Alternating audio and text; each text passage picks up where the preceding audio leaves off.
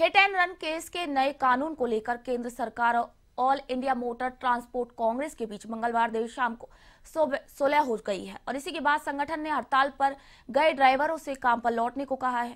केंद्रीय गृह सचिव अजय भल्ला ने कहा कि भारत सरकार ने आईपीसी की धारा 106 में 10 साल की सजा और जुर्माने के प्रावधान के बारे में वाहन चालकों की चिंता पर विचार किया है। ये कानून और प्रावधान अभी लागू नहीं होंगे, इन्हें लागू करने से पहले संगठन की राय ली जाएगी। उधर संगठन के अध्यक्ष अमृतलाल मदान ने कहा कि गृह सचिव ने हमें आश्वासन दिया है कि बैठकर इस कानून की समीक्षा की जाएगी। इस बीच मध्य प्रदेश के भोपाल, जबलपुर, छिंदवाड़ा, रतलाम और शाजापुर समेत देश के कई हिस्सों में ट्रक ड्राइवर्स ने हड़ताल खत्म करने का ऐलान कर दिया है। हालांकि अभी भी देश के कई इलाकों में ड्राइवर कोई फैसला नहीं ले पाए हैं।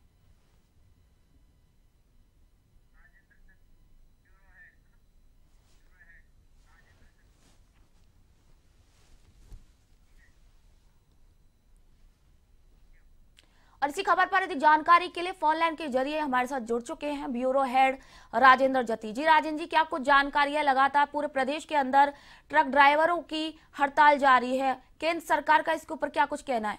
जी निशा, मैं बताना चाहूंगा कि हिट एंड रन केस के नए कानून को लेकर के केंद्र सरकार और all India motor transport Congress और अन्य वाहन चालकों के बीच में हड़ताल चल रही थी और अब इन लोगों के बीच में सुलह हुई है। केंद्र सरकार ने जो है इस नए कानून को लागू नहीं करने के लिए घोषणा की है, अभी लागू नहीं किया जाएगा। इस बात को लेकर के वाहन चालकों को काफी राहत मिली है। और मैं आपको बताना चाहूँ भरतपुर के बारे में, भरतपुर में भी रोडवेज बसों का संचालन बंद था, प्राइवेट बसें बंद थी, ट्रक और डंपर वगैरह सारे बंद थे और उसकी वजह से काफी असर पड़ रहा था। लोग परेशान हो रहे थे, यात्रियों को भी परेशानी हो रही थी। दूसरा, ट्रकों के नहीं आने से 2 दिन बाद पेट्रोल की भी किल्लत यहाँ होने वाली थी। पेट्रोल को लेकर भी लोगों में संशय बना हुआ था कि पेट्रोल मिलेगा या नहीं मिलेगा। लेकिन इस बात को लेकर के केंद्र सरकार और मोटर ट्रांसपोर्ट कांग्रेस के पदाधिकारियों के बीच में जो वार्ता हुई है, सुलह हुआ है, उसका असर भरतपुर में आज दिखाई दिया है और रोडवेज बसों का संचालन शुरू हो गया है, जिससे लोगों को राहत मिली है। प्राइवेट बसें भी संचालित होने लग गई हैं और जो ट्रक और ये चल रहे हैं इनको भी अब इन्होंने ट्रकों का संचालन भी शुरू हुआ है, इससे लोगों को राहत मिली है। और दूसरा मैं बताना चाहूँगी भरतपुर जिले में 10,000 के करीब ट्रकों का रजिस्ट्रेशन है परिवहन विभाग में। 300 से अधिक बसें हैं रोडवेज, प्राइवेट, अन्य तरह की बसों को मिलाकर के, टैक्सी और वो उनका अलग रजिस्ट्रेशन है। इसने सारे वाहनों का एक साथ रुकने से सारे लोगों को काफी परेशानी हो रही थी और इस नए कानून को लागू नहीं करने की रोक लगाने के बाद और सरकार के आश्वासन के बाद में ट्रक चालकों की, बस चालकों की या टैक्सी चालकों ने राहत ली है और इनका संचालन अब शुरू हो चुका है।